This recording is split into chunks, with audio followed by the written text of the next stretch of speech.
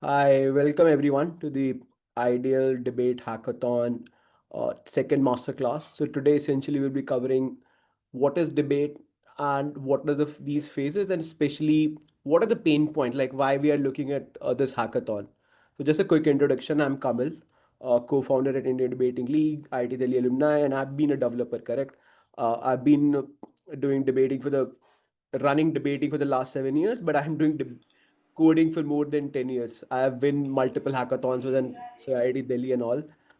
Here I'm looking at a different part that you are designing the solution. I will be helping you and also sort of evaluating what you guys are building out with IT Delhi Dev Club. Today also my colleague Krishang has helped me a lot with this presentation. Hi Krishang, if you are here, your quick introduction will be helpful and you will be co-taking the session with me. Sure. Hi, everyone. My name is Krishang. I work with the Indian Debating League. I've been involved in the debate side of things for a very long time and have experience in mostly all formats of debate, nationally, internationally, etc.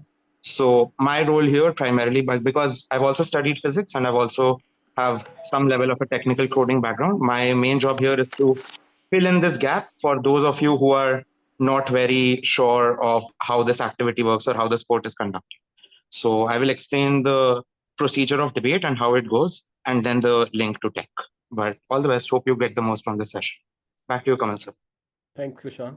So the idea of this session is to understand the debating, understand, look, what does this entails, and what are the different phases of it, what are the current solutions that are available in the market, and B, what are the pain points, and hence we designed this hackathon that we want to invite developers, coders, and even school, college, even B school students to come and design the solutions with us, and maybe we'll take few of them to apply. So just for context, like at Ideal is the biggest debating society in India. We run have already 80,000 students across India.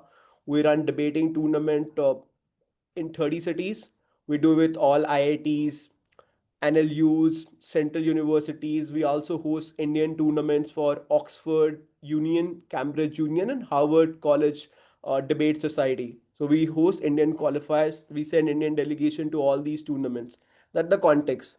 But still, I think there is a long way to go in sense that what we look for, that debating is not a new activity. It's happening for so many years, correct? It's just that the debating is cognitively heavy, and debating is very, as compared to other sports, it's a bit subjective, correct? You always require a judge. So when debating happens, what are the fundamental to debating is that A, is a speaking competition, B, there are two sides, and fundamentally you have a judge for each room.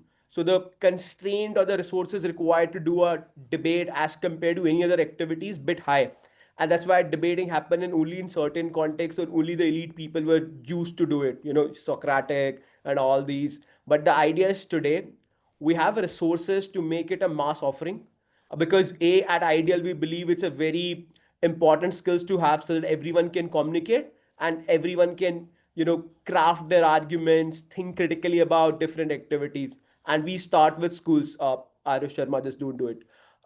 That's the idea.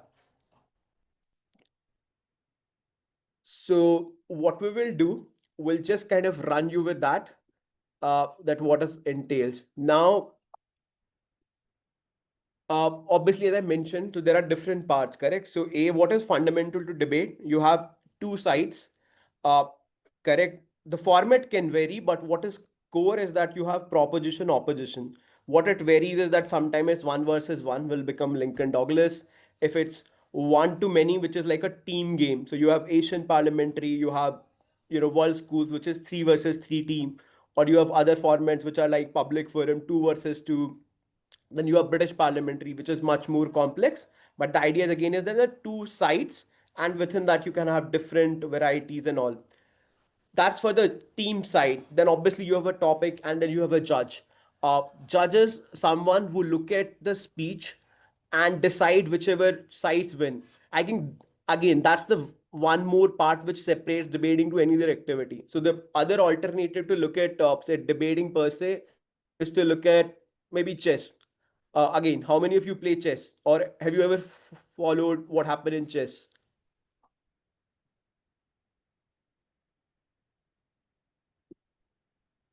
No one? No one? Bableshwar, Aditya, Fuer. Okay, so the idea is, look, chess A has evolved a lot. So A, though chess was considered to be one of the, say, judging parameter of what kind of algorithm we can write in computers way back, correct? So one, how the chess get played is very much structured, correct? Though obviously the possibilities look like quite high, but in terms of the how both the teams play in chess is very structured as compared to debating, correct? You have rules for each and every piece, and how can they move on the court itself. That's very clean, correct? What was difficult with chess was that, can someone write algorithm where they can beat human in terms of playing at a x level? The preemptive is that how many iterations way back you can think of, and because there are so many possibilities, or quite high number of possibilities in chess, and that's why this is considered to be a zenith in terms of coding and other things. But I think that has been broken. People have both built heuristics algorithm which are running for last 20 years, and then obviously with deep models coming from Google, sort of deep mind, correct? I guess 10 years, 11 years back, which separates that even algorithms. And this is pre NLP, pre sort of LLM models, that with iterative algorithms, you can very much write codes which will perform far better than any human ever existed, and beat human at almost all majority of the games. That's not true for the debating. Till 2019, none of the debating was so good to beat the world's best debater, which happened with a case. So there's a Harish Natarajan. This was an IBM experiment. They had a whole full debating where best of the human debaters debated against AI. Obviously, it was pre LLMs, but still, if you look at the best of the best debaters going against LLMs, they will not likely to beat them. Correct.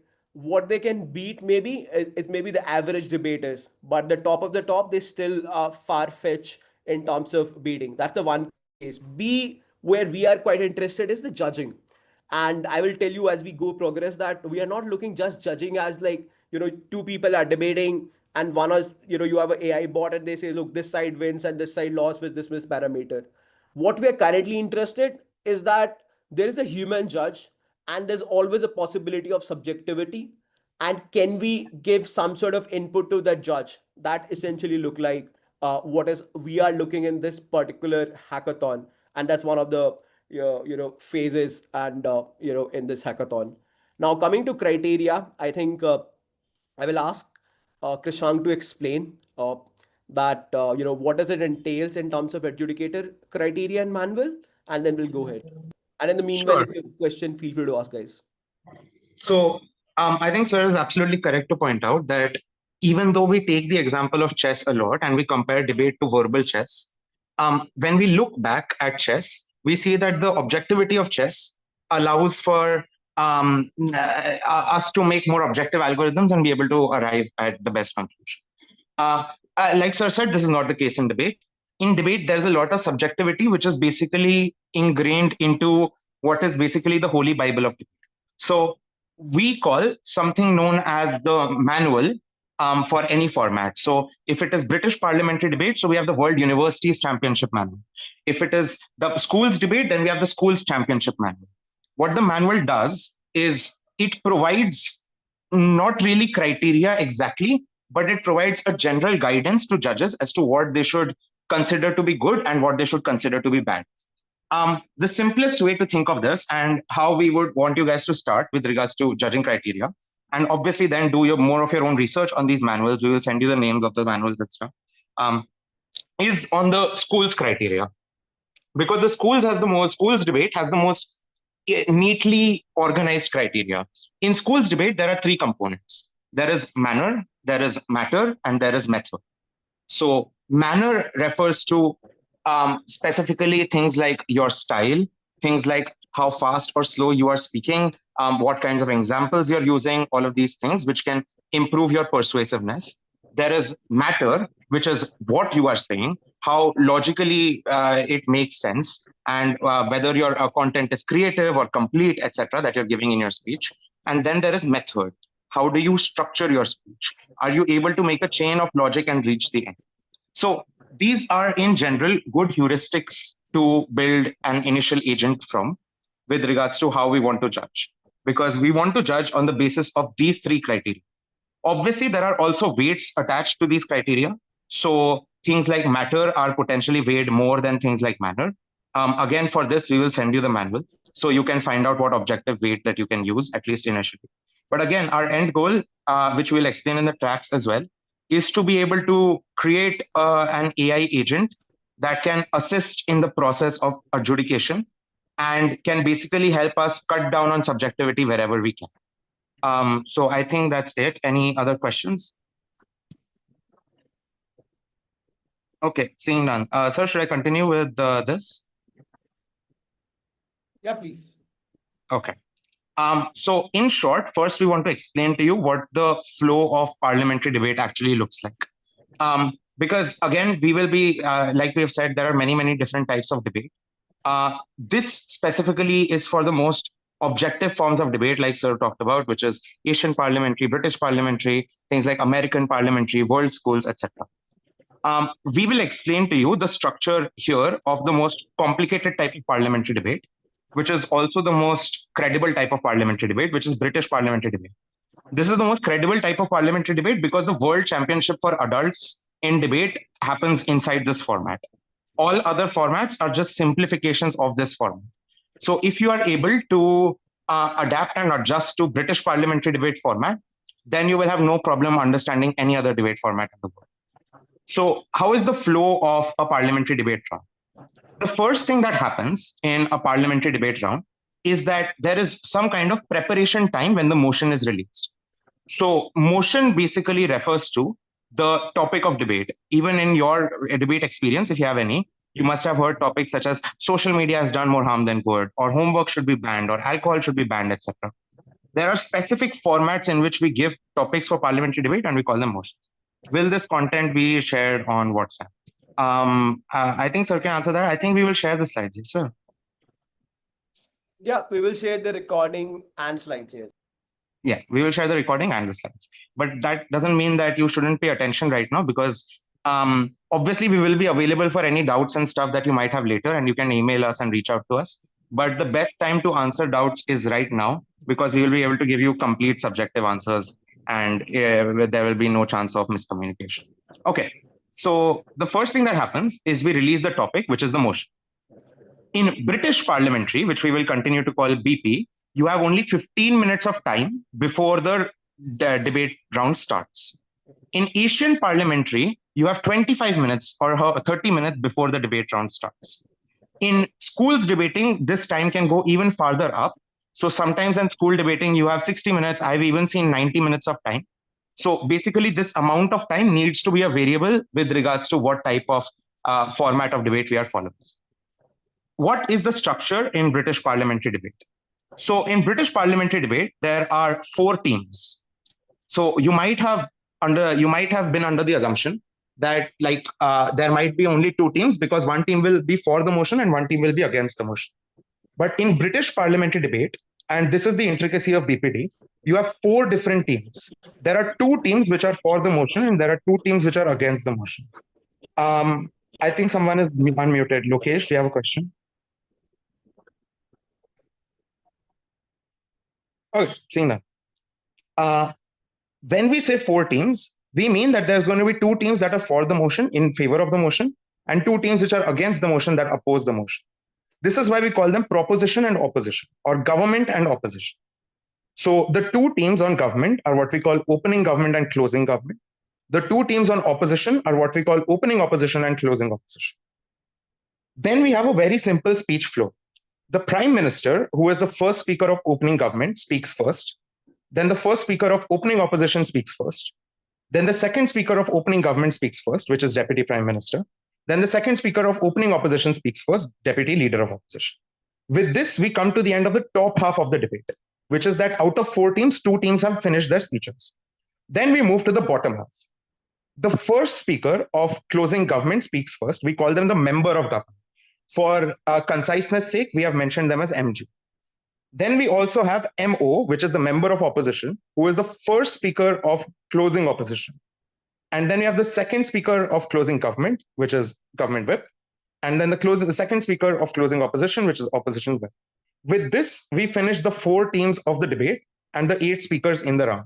So this is the basic flow. You can even see this in the debating for developers document that we have already sent you guys, which is available on the Unstop page. What we also refer to as protected time, because we've told you that speech time is going to be approximately 7 minutes. So when there is 7 minutes of time, out of that, you can use 5 minutes of time. You can use 2 minutes of time without any interruption. So the first minute of your speech and the last minute of your speech are going to be completely clear and no one can interrupt. Between the first and last minute is what we call unprotected time. In the unprotected time, other team can interrupt you by asking you a question. They can say, we have a POI, and they can ask you a question. You can reject this question, but they are free to interrupt. So this is how the POI mechanism also matters. And any sort of debate platform should have an option for teams to raise POIs without it being very disruptive. Next, we basically explain as to what the speaker does. What they do is like, this is a very like overall understanding, very general. If anyone has doubts, we can go deeper. But the first speakers, which is prime minister and leader of opposition on opening teams, they set the definitions of the motion. What do the words that are defined in the motion, what do they mean? What should be the goal of this debate? How should the judge this debate? This is what we call the burden. We say that the burden on government, for example, let's say the motion is this house will ban alcohol.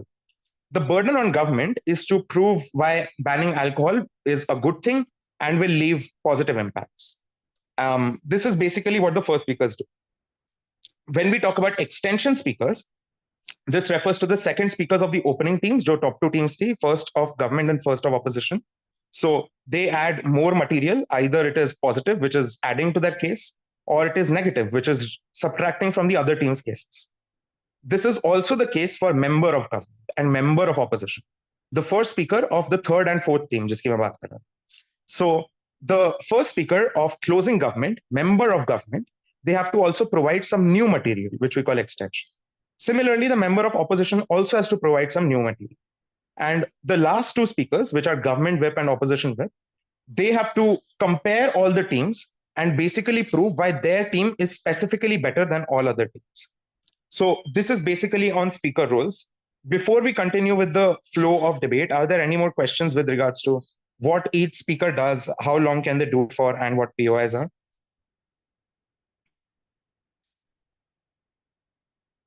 Phenomenal. Let's move on. This brings us to the end of debate. Now, once the debate is over, once a round is over, sir, it's 1 second, we're still there. Yeah. Once the round is over, we have what we call a deliberation. Now, this happens in many, many different types of debate formats. Basically, what happens is what the judges do, because there will be judges who will be assigned to a debate. The judges discuss amongst themselves as to who is winning the debate and who is losing the debate. In simpler formats, it's simple. You can just say Gov is winning and Op is losing. Wait, so there is no single format to be followed by the AI agent which we create. We would want your AI agent to be applicable cross format, because the basic building blocks of the format should be are actually the same. All formats are derivatives of British parliamentary debate.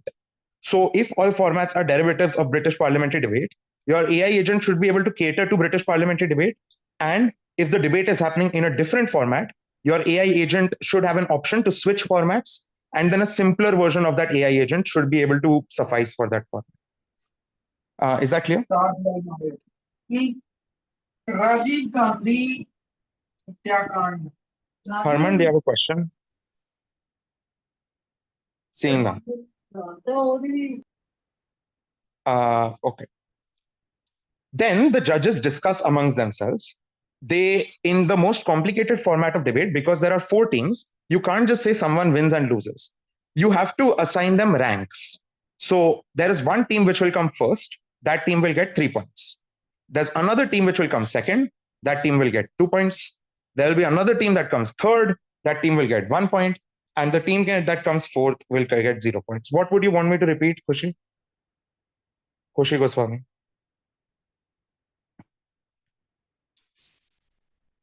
About AI agent. Yes. So the question that we got is that is there no specific format for which you have to create AI agent? The answer to that question is that the format for which you have to create the AI agent should be the British parliamentary debate format. Because this is for two reasons. Number one, it is the most widely followed and widely accepted format in debate, and it is also followed at the highest level of debate. But more importantly, it is the most fundamental format of debate.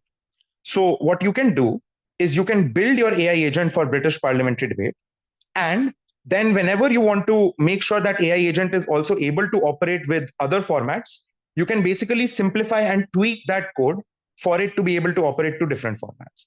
So we would want your AI agent to operate across all the major formats of debating, but that the way and the pathway to do that is to start with British parliamentary debate. The last thing that I want to explain in the flow of debate before we move on is specifically about judge scoring. So a lot of people have a misconception that in debate, the judges are all powerful because the judges decide who is going to win and who is going to lose. And then the judges don't have to have any accountability. Wait a second. So the AI should speak for all the roles except one, which is the user itself. This we will cover in the deliverables that we are expecting your AI agent to operate on. There are multiple levels. So when we have said that we want you to build a gamified platform on which you can operate debate, and you want to have this AI agent for practice for people who are doing coaching, then the AI agent should be able to fill other roles. If you are talking about the AI agent being used to help the judge, then it has other roles. So the AI agent's utility is dependent on which context it is actually working in. I hope that's clear. I was explaining judging. So, and this is very important, and this is the main thing that will probably be a little unintuitive to non-debaters. In order to make sure that subjectivity is not completely powerful and that we have some level of objectivity still, even with judges, and some level of accountability of these judges, we have something called judge scoring. So a good example for this would be the IPL. Let's say in the IPL, there is a group stage. In the group stage, the teams are basically facing each other. In IPL, there's a round robin, but usually there are many other game theoretical ways of facing each other. In debate, we do power matching. But once the group stage is over, there are some teams that qualify for playoffs. This is called breaking at a debate. After you have qualified for playoffs, in debate, every single round is eliminated. How do you figure out who should break and who should not break? For teams, it's very easy. You see their points at the end of the group stage and you figure out who should break, who should not break. For judges, it's a little more complicated. And here is where the concept of judge scoring comes in. What we do is we ask the judges to give a 7 to 15 minute justification for why they have given any kind of verdict. So let's say I am a judge and my call is opening government takes a first, opening opposition takes a second, closing government takes a third, closing opposition takes a fourth. Let's say this is my ranking. I will have to go in front of all four of those teams and give a 7 to 15 minute justification, which is what we call an OA, an oral adjudication. So you have to give a 7 to 15 minute justification on aapne kisko jitaya and kyun jitaya. Who did you give the win to and why? Who did you give second to and why? After this, all the teams also submit scores for the judge. So while the judges are marking teams, they're giving them team points, they're giving them speaking points, etc. The teams are also marking judges on the basis of their ability. We take the average of each judge's score and then we rank them to determine who breaks and who doesn't break. So this is another data point that we collect that we would expect you to also collect in specific tracks of the problem that we have given you. Are there any questions? Otherwise, we can move on. So, this is my first time attending an AI related. Usually, when we are doing in schools, we have oral debates. So, I want to know how this works. Whether our AI agent should answer all those answer and speak, or whether we should interact. So, can you explain about it? So in the problem statement that we have given you, which we will cover, and the deliverables that we want from you, which we will also cover, there are a bunch of different tracks. There are different paths of problems that you can choose to solve. In those tracks, there is a different role that each AI agent is playing. So in school, you may have done, like you're saying, you've done oral debating. This will also be oral debating. Everyone will speak verbally, and even the judge will give their justification verbally. But there are a lot of data points that we are collecting on that oral debate. We are collecting the speaker scores, we are collecting the team points, we are collecting the judge feedback. So what we want is, depending on the track, what the AI should do is different.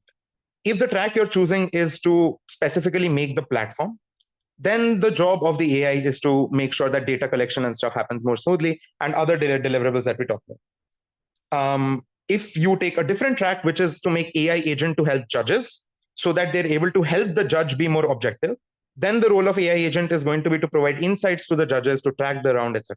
We will come to this later in more detail, but it's going to be different depending on track. Next question, how do we prevent bias in judgment when the AI models themselves might have same biases? Bias audit is something that you will have to do.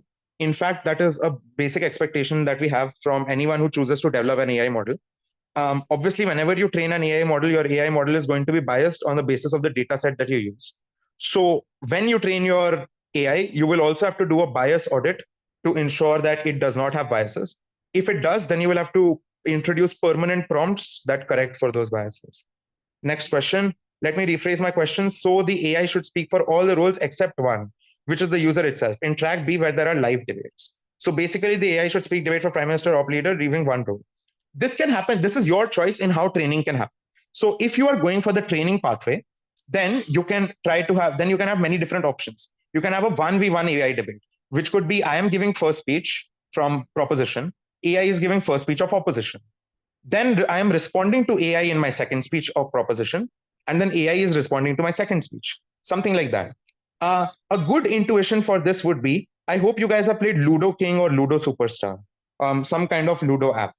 If you have ever played on a Ludo app with 4 players, 5 players, 6 players, the number of players that you're choosing to substitute with AI is always going to be different. It will depend on the user.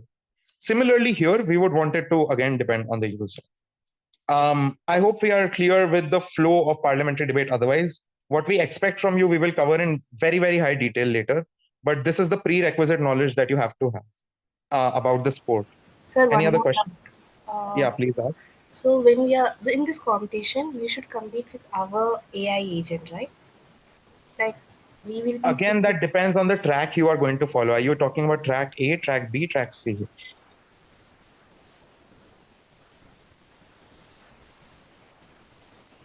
Sir, I'm not much clear about it. Can you just give a Yeah, we bit? will cover this in the later part of the session. Okay, Don't worry, we will cover the tracks. okay, What sir. you have to do, we will cover. But what you need to know is what we are explaining right now. I hope we are clear. I think we can move on. Yes, sir. No worries. Sir, I think we can move on. Okay. This is the life cycle of an online round because debates can happen both offline and online. The platform that we're trying to specifically build is to optimize for online debates. How do online debates usually operate? I hope everyone is familiar with Discord, which is a social networking platform, which allows you to make servers, sub servers, have bots inside servers, etc. Is there anyone who's not familiar with Discord? Please raise your hand. Some people are not. Okay. I think I don't, because very few people are not familiar with Discord. I will have to outsource this to you. So unfortunately, I can't go into great detail about how Discord works because most people already know. And this is a very long presentation. Please, in your off time, also do some research on how Discord operates. Make a server on Discord, invite your friends, play around with it, figure out how the tech works. So, but for the most people who know, and even if you don't, Discord is a platform where you can make a server, you can make sub servers and sub rooms within that. Sir, will you clear about the things that we have to follow from one track from these tracks or all of them? We will clear track by track, don't worry. Okay. So the first thing that we do is every participant of the debate tournament, whether it is the organizer, whether it is the coaches of the teams, whether it is the teams themselves, whether it is the judges, all of these people are invited to join the Discord server. Then every single round, we release the motion for debate, the topic for debate on one of the rooms of the Discord server, one of the channels of the Discord server, which we call motions channel. Then we have to start a prep timer. Prep is, again, you have to prepare your arguments for this motion. How long do you have to prepare your arguments? Again, this is format dependent. Next, what you have is you can have bots who are generating Zoom or Gmeet breakout URLs for this particular Discord meet. So there's two ways in which debates happen online. The first way is directly in the voice channels of Discord. So very often in lots of tournaments, you'll see voice channels of Discord being used. But now the more common way slowly is on Zoom. So you have one big Zoom meeting, and then you have many, many breakout rooms in that Zoom meeting. Because again, what have we told you? At max, there are going to be 4 teams in one room. So the number of rooms you have multiplied by 4 is going to be the total number of participating teams at your tournament. All of these people will have to join the Zoom breakout room. Now, the first thing we'll say is that there's already a bot that exists for this, which is called Tabtastic. I'll send the name in the chat. Tabtastic. This is the name of the bot. This bot serves many, many, many, many functions. It allows you to directly have speakers have private URLs, which is something we'll explain in a while. It gives them direct, like breakout your URLs for which breakout room they have to join. It ensures that people don't join the other different rooms. It gives them motions on DM and stuff. The problem with Taptastic is that I don't think all of its documentation is open source, but a lot of it actually is. What we would want for you is either to find a way to integrate Taptastic or find an alternative bot to build on Discord that can accomplish the same level of things that Taptastic can do. It is not very technologically complicated, Taptastic. I would recommend you guys to go through the documentation. After this, we have the round itself. In the round, there are 3 basic types of verbal interruptions that happen. The number one is speeches. Every speaker is going to give a speech. The second is judges. Judges keep interrupting by saying that, okay, thank you, next speaker. Okay, thank you, next speaker. And then we also have POIs, which is a form of verbal interruption that you have.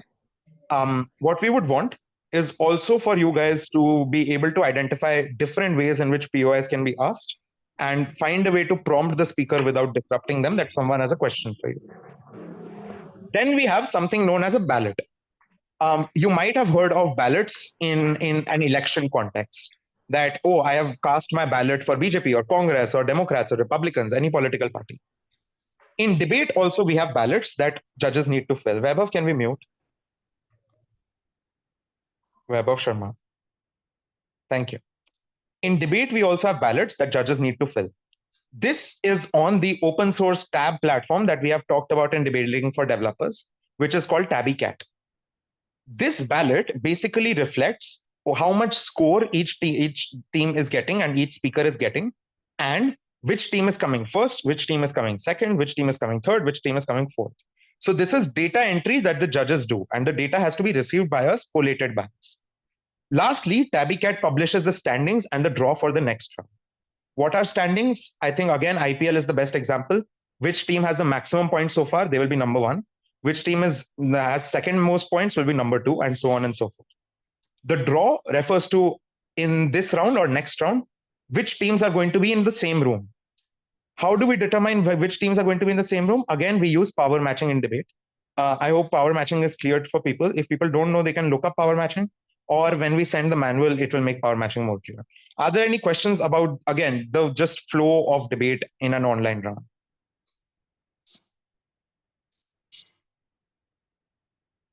Very good. Very amazing. We can move on, I think.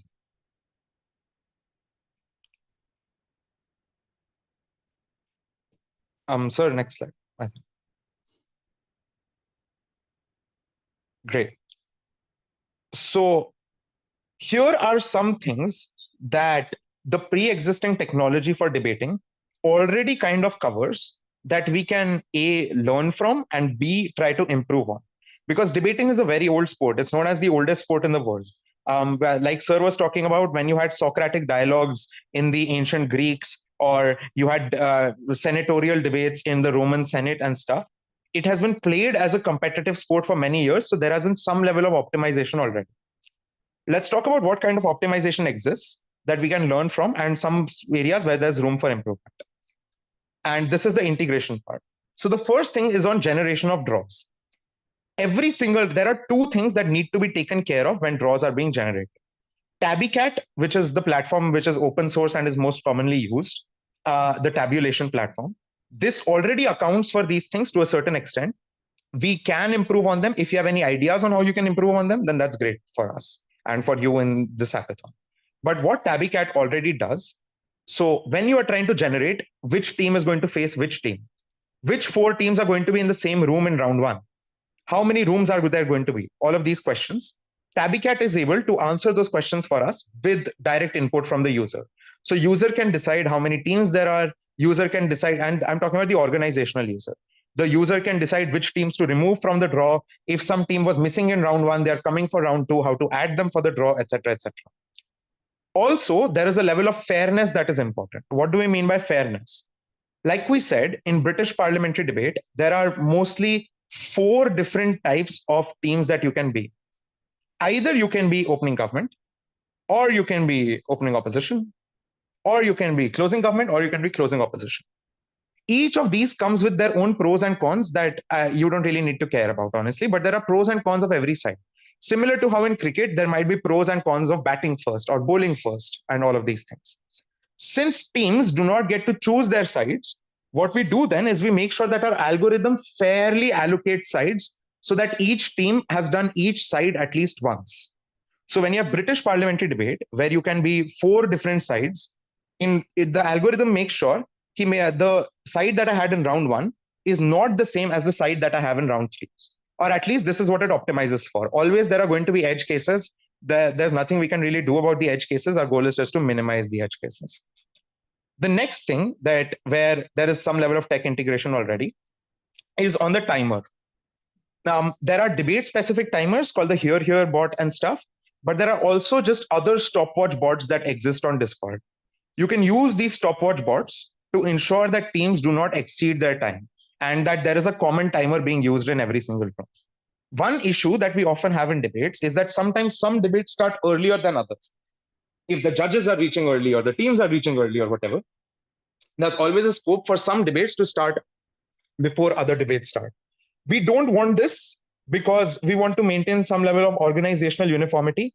Obviously, there is some leeway, but we want to make sure that if we are starting round one at say 1 p.m., round one for all rooms should be starting by 1:05 p.m. at max.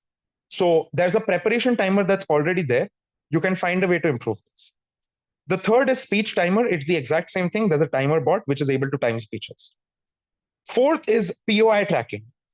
So in status quo, currently in current debating, the way POIs work on Zoom and Google Meet is very simple. There are three ways to ask a POI. Either you can raise your hand on Zoom or Gmeet, or you can unmute and say POI when someone else is speaking, or you can type in the chat POI. Like you guys are typing your questions, in debate, when you are typing your questions, you can't type your whole question. You can only raise the question by typing this POI. We are looking for, hopefully, if you're able to build this gamified platform, there is some kind of signal that you are able to give for POIs, which is all integrated and is not contingent on different tools being available on different video hosting platforms. The next thing is ballot entry, which I said is a form of data entry. In debate, there's a lot of data that we keep getting from debaters and judges, and we need to make sure we're able to get this data in the most efficient way, and we're able to collate and process this data in the most efficient way. So what happens with ballot entry in status quo right now? When judges fill their ballots, there's a data set which is inside the tabbycat of that tournament anyway. That data set is just a structure skeletal of a proper data set.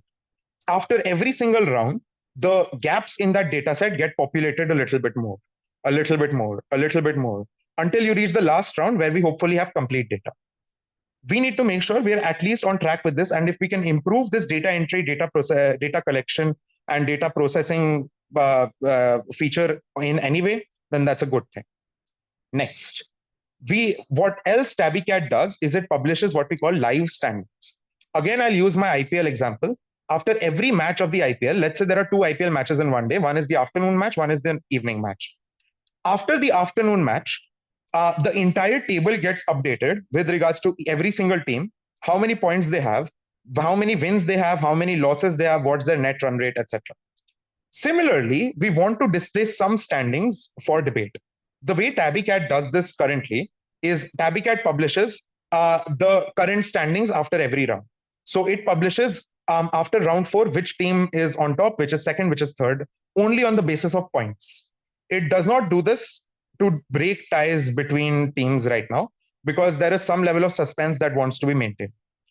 If you are also able to improve the standings process, because currently the process, because it's an open source platform, it's a little bit glitchy, it is prone to hanging, there's a bunch of bugs that you might be able to find. If you're able to solve for those bugs, that's very well and good. The next thing that is optional that we can also add is streaming. So oftentimes in debate, you will have the parents of the debaters, if it's a school debate, or the coaches of the debaters, or if it's a college debate, then the juniors, college juniors of those debaters, who will end up coming to watch around. This is a very, very common practice. In most debates, especially in the out rounds, in the playoffs of debate, you end up having spectators in pretty much every round. What we want to be able to do is, one, we need to be able to make sure that we're recording every round, out rounds especially. And secondly, we need to make sure that, like, we can't have a score ticker, obviously. That's just an intuition I was giving with regards to IPL. But we can have a speech to text captions for these spectators, so they're able to understand what is being said. If we can have a transcript, that is also great. They can understand what is being said. We need to make sure they can't mute and they can't text during the debate, so that they're not able to disrupt the debate or give prompts to any teams and stuff. So there are certain things that we want to give spectators and tools we want to give spectators, but also we want to restrict spectators so they can't interfere with the debate. This is a delicate balance to strike, and this is also something we are hoping that you will work on. Lastly, we also want, and this is specifically true for the, I think, track A, which is on the post-round analytics. So we want debate to become more objective as time goes on. Because of this, we want you to be able to collect statistics on behalf of debaters, if you can, and be able to provide them with some kind of report of their performance. Which round did they do well in? Which round did they not do well in? Which position do they speak well in? If the same speaker is going prime minister in one round and is going deputy prime minister in another round, over many iterations, many tournaments, where are they doing well? Where are they not doing well? We need to be able to provide the user with A, their statistics, but B, the analysis of those statistics, so that they're able to improve after every single iteration. That's the only way the iterative process of debating is actually helpful. This is something that you can very easily have in chess. So if any of you have a chess.com account or a Lichess account, it is able to show you how your elo is increasing per every single game that you're playing on chess. It is able to show you what your highest elo was, what your lowest elo was. If you are able to, if you make mistakes in the first minute, or if you make mistakes near the end when there is time trouble, stuff like that. Whatever useful insights that we can identify, we want to be able to interpret this data and provide those useful insights. Are there any questions with regards to existing tech integration and some ideas for stuff you can do?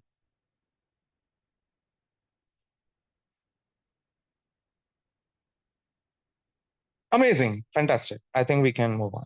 Great. Yes. So I have explained some things about debate. This is kind of homework. I want all people to be able to go home and use the resources we have provided, but also use the internet to be able to find all of these details about debate so that you're able to build up your knowledge. The first thing is that you need to be able to know the complete basics of structures of various types of debate. British parliamentary, Asian parliamentary, WSDC, these are the three main types of debate which are important.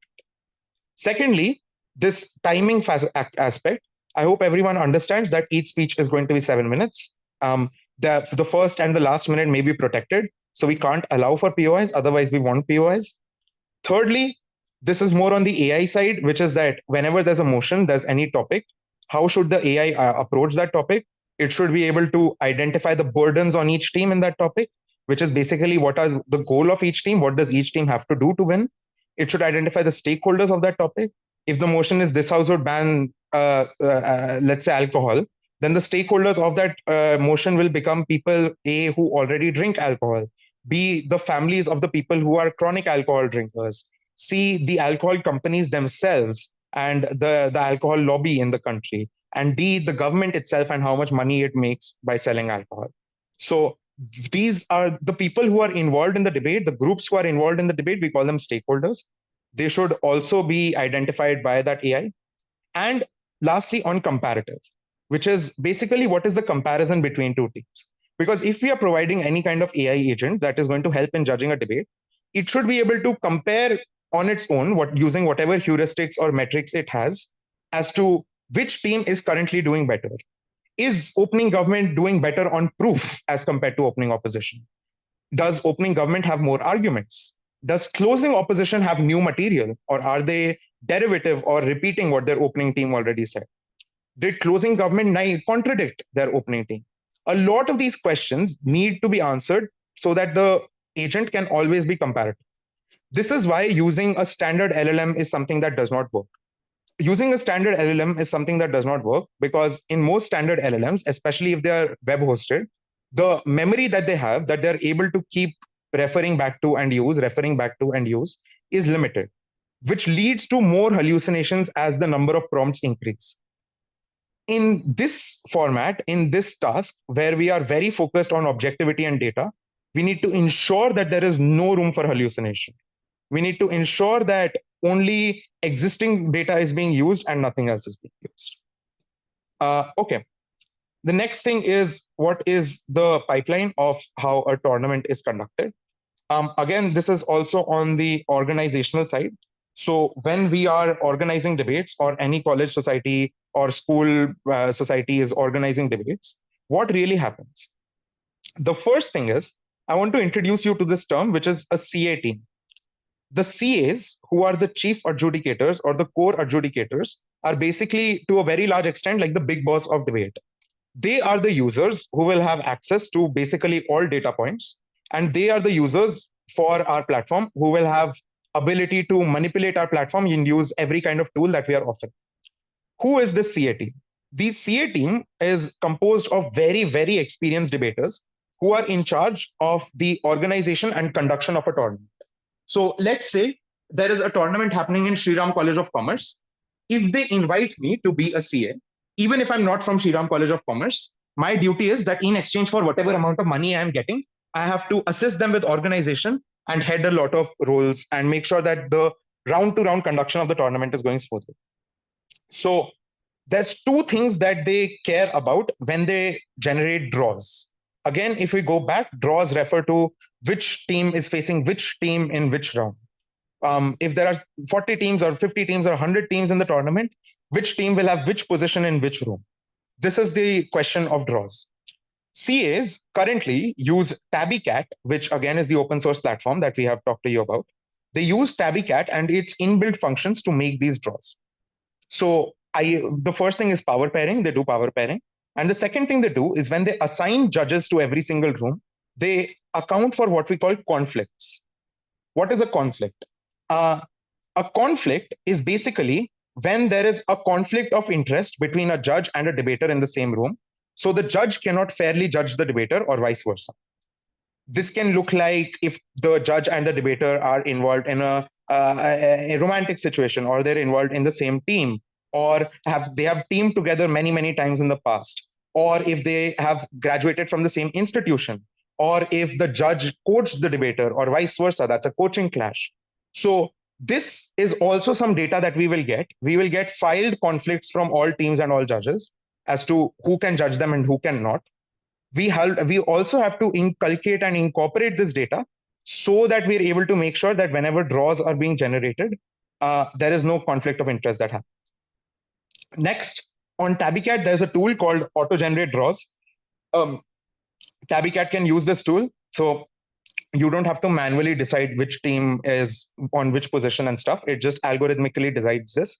Ideally, what we would want is something similar, or adding on to this pre-existing TabbyCat mechanism, which is that there is a pre-existing mechanism. What is the improvement that you can do to that mechanism? This I've already explained, which is what the bot does. Next, the prep countdown bot also I've explained, timer bot also I've explained. The last thing that I've not explained, which is the fail-safes that exist currently, and what we want to basically find a better way to integrate, is because it's an open source platform and because there are, I don't know, like limited servers and stuff. What often ends up happening with this TabbyCat platform is that if there are too many tournaments happening on the same day, it has tendency to crash.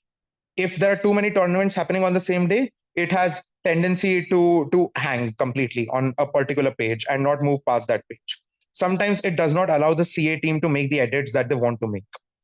So in these failure situations, when TabbyCat is not performing optimally, either all the data of the tournament can be exported in the CSV format, comma separated values, or there is a dashboard where judges have to manually assign rooms and manually assign judges to those rooms, and they can't really check whether they were doing it correctly, not correctly, etc., etc.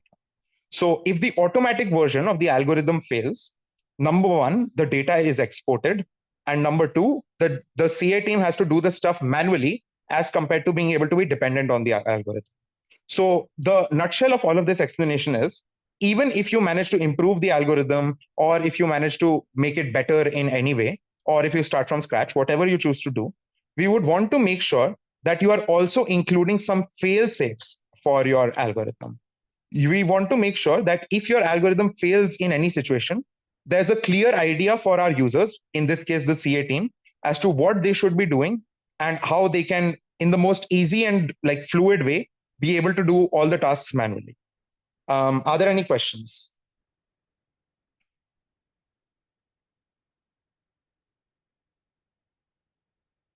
Sir, can you conclude little about the UI for the debate platform? What different types of features are needed there?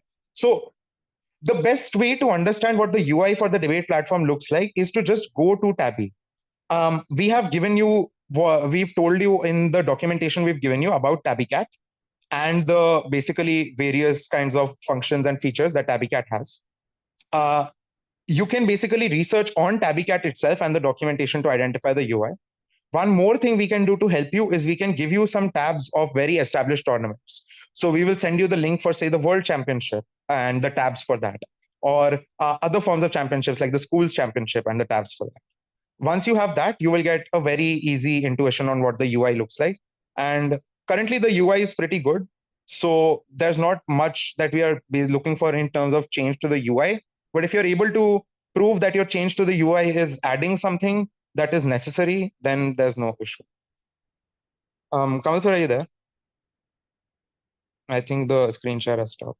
Yeah, no, I'm just sharing the TabbyCat for other people reference. Oh, thank you, sir. Correct. So I just shared the link. Otherwise, you can go yourself, look at. So idea is that each tournament will have their own instance, and you can obviously look at who participated, who organized, what were the rounds look like, scores. So all of this is quite available. We have shared one link. We will share many others, and maybe different formats. So you can look at what they currently provide, and they can look at where is the scope to optimize and all. Yeah. I think that's very helpful. One more link I've sent. So we have basically, through these two links, we've basically sent you links of two types of TabbyCat. They can be divided in two ways. The first link that we have sent you is a tournament which is already concluded. The tournament is over and all possible data that needs to be uploaded publicly has been uploaded. The second type of tournament that we have sent you is a British parliamentary debate tournament. The first is schools, the second is British parliamentary. In the British parliamentary one, the tournament is currently ongoing. So at least for the rest of the day today, if you just follow the TabbyCat, if you refresh the draws and stuff like that, you will constantly be able to see what the UI needs to look like in an in-progress tournament. I think these two examples should give you a lot of clarity. And later on, we can give you, like Kamal sir said, we will give you many, many different instances of TabbyCat being used for different tournaments.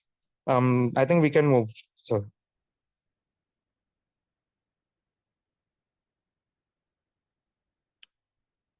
Okay. So what are the pain points that at least we have identified? And we want to basically give you these pain points to kick your journey of the hackathon off. Obviously, it is a part of the hackathon to identify more pain points, to identify potential pain points, to identify solutions for potential pain points. But these are the existing pain points that exist. The first is the TabbyCat algorithm is a pretty solid algorithm. Many computer scientists from various parts of the world have been, and many programmers have contributed to TabbyCat over many years. So iteratively, it has been developing, especially because it's open source. So the algorithm game theoretically is not really that problematic. The main pain point that we have identified is that in the modern day, there is no real AI insight that Tabbycat is currently giving you.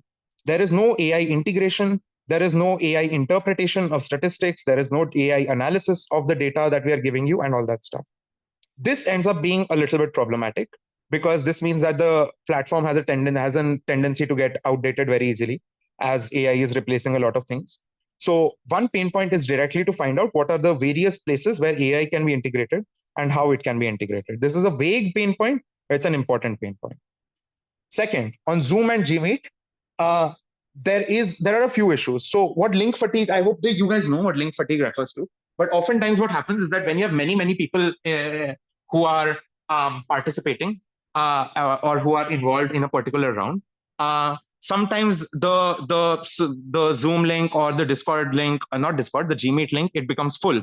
Then no more people can be added. Sometimes people get added, but the voice is not working, or the video is not working, or etc. etc. These are many issues, especially because Zoom and Discord, Zoom and Gmeet is very contingent on bandwidth. Because a debate probably will continue around 1.5 to 2 hours on average, it is a continuously high bandwidth consuming activity. If there is any way to optimize this, make this process more efficient, or at any level of the pain point, whether it is link generation, whether it is getting people into breakout rooms, whether it is being more efficient in terms of bandwidth utilization, either from the organizational end or from the end of the end participants in the tournament, we would want you to potentially work on this. The third issue is with Discord. Like we said, on Discord, there are many channels, and there are many tools that already exist within Discord. The problem is that there is no direct way to control different channels. So in status quo, currently what we often have to do is we have to send a runner in every single room. And we have to send a human person who ensures that the room is being run properly. That human person will make sure that the timing is happening. The human person will make sure that the round is not delayed. The human person answers most FAQs about the round and all of these things. And they also report back to us with regards to which speech is going on, how far the round has progressed, etc. This runner system works when you have human resources, but in many tournaments, you don't end up having such a strong OC or such a numerous OC. So it is tough to send runners to every room. If we can find any kind of replacement for that, I think that would be very useful. Fourthly, there is an existence of speech to text. I think most of you guys already know this. Maybe some of you are using this in the Zoom meeting also, which is that you can add subtitles in most current like video conferencing platforms. You can have subtitles. This speech to text is not integrated into any specific debate platform. It is only a function of these video platforms, these video conferencing platforms. If we can integrate it into the platform that we are building, then life will be pretty sorted. Lastly, in terms of what the opportunity looks like, there's not really a pain point, but this is the scope for growth. So currently, like I've explained to you, there are many different points of failure in the entire pipeline procedure of how a debate can be conducted. There are many different holes in this pipeline from where a leak can happen. And once the leak happens, the entire tournament can get derailed. If we are able to improve the efficiency of this pipeline and limit these bugs and are able to account for these bugs and have comparative stronger protocols, then we have the opportunity of being able to improve upon the most standardized and well accepted tabulation platform in the world. The second thing is with regards to the AI agent, which is that because there is no AI integration so far, if we are able to provide analytics of data and insights from data and not just output the raw data, which is largely what Tabbycat does, and if we are able to maintain this for a single user across tournaments, as compared to what Tabbycat does. What does Tabbycat do? As Sir said, Tabbycat generates a brand new instance. Every single tournament is something that's brand new. How can we compile all of these things, identify common speakers, and give common participants their insights?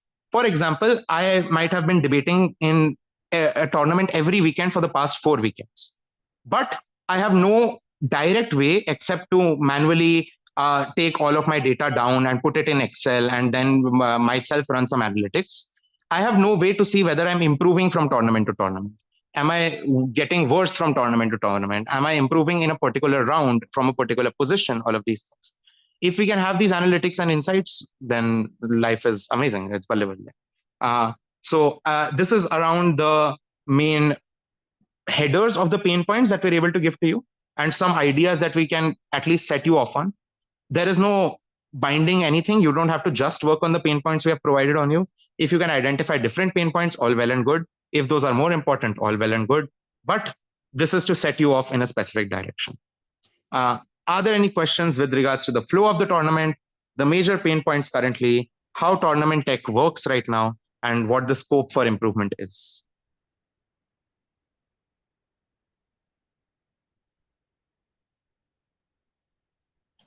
Okay, no question. So I think the rest part covers about each track, but I think that we've already covered yesterday, the dev club. So if someone has a question on any phase per se, correct, you can ask. Otherwise, we can go ahead.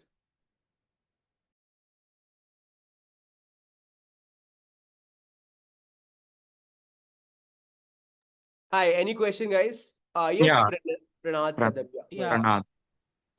The answer which you gave to my question regarding the different roles for the track BA which I mentioned, so I'm not understanding that actually. So do we like need to just create practice debates where suppose it would be 1v1, suppose 3 to 5 minutes of speeches, then rebuttal speeches, or do we need to like create a complete replica in track B for like what Asian parliamentary and British parliamentary for various different roles which AI would be debating, and except one role which would be suppose the user which basically am like, for example, if I choose to be the prime minister or the opposition leader, etc. yeah. So Pranath's first thing is that in the tournament, like this hackathon, you have to first pick which track you're gonna follow. So, currently have you formulated that you're gonna follow track A, track B, track C, or you're currently open to anyone? Track B. Track B, which is live simulated mocks. Yeah. So if it's a live simulated mocks, then what you are looking for is that, let's suppose I'm a one member, and on the simplest case, that can I play against someone like a one-on-one debate? That's the simplest, which is very easy to achieve. Then the complex is that I have a team, and think like again from a say maybe a ludo perspective or chess perspective, that one person, what a simulated debate here is that there's a one team, one member, and instead of getting other humans on different rules. So, for example, if it's a WSDC, which is one versus one, so you have one person as a human and one as AI. And if it's a BP, then three different role as AI. And then which format? So you have to pick one format. The best is if you pick BP, but that's complex. If you want to simplify first and then go to BP, so just assume that you are able to do one team versus one team, which is three members each, and then your AI, whatever system you're building, they go against. I speak as a first speaker, then the system speaks and all. So you're able to modulate that. Yeah, so basically, if I go for BP, as you mentioned, it would be like a team versus team of three members, right? Yeah, so Yeah, be so in team it, of two members, yeah. but yeah, the once you figure out which format you want to Mm. go for, pick up easy, start with the easy format, which is let's suppose a one versus one debate, or goes three versus three, then the BP, which is the most complex, and then pick that one side gonna be the humans, like a team, proper team, and the other side is totally your AI. Correct? That you are gonna use APIs, that this is gonna be the first speaker, second speaker, third speaker. Obviously, you have to change the characteristics each time. That what this first person will do, second person do, and third person do. Okay, works. Yeah. Thank you. So, why? In summary, I think your question is very specifically about, does AI have to populate all the other roles except the user? We are saying that it has to populate the adversarial roles, which is that the team that is in front of the team of the user, those speakers need to be populated by AI. I think that's the simplest way. Okay, folks, Okay. any other question? If not, we will conclude today. The idea is that you know the problems first, correct? And we will share the resources and maybe try to find if we are doing any debate tournament in upcoming days. to invite you that you can see how it works, because the idea is that, as initially pointed out, that pre-COVID, correct, the number of debates happened were very less relatively. Now, because of the COVID and online world, Zoom and all, the number of debaters have drastically increased in number of the rooms, the debates happening parallelly, and that will go drastically up, because this is one of the activity which most of us believe is a very good activity to improve your language skills, your communication, especially your critical thinking in chat GPT world, as compared to doing written assignment, as compared to whatever, because it's allow you to adapt your speeches, your thought process. And because it's going to increase in number of uh, quantity, it's better to we have efficient systems. And that's why this hackathon, because we believe that maybe lakhs and millions of people will be doing. So the current comparative, which is like less number of more human resource required, will not really work. That's the whole idea.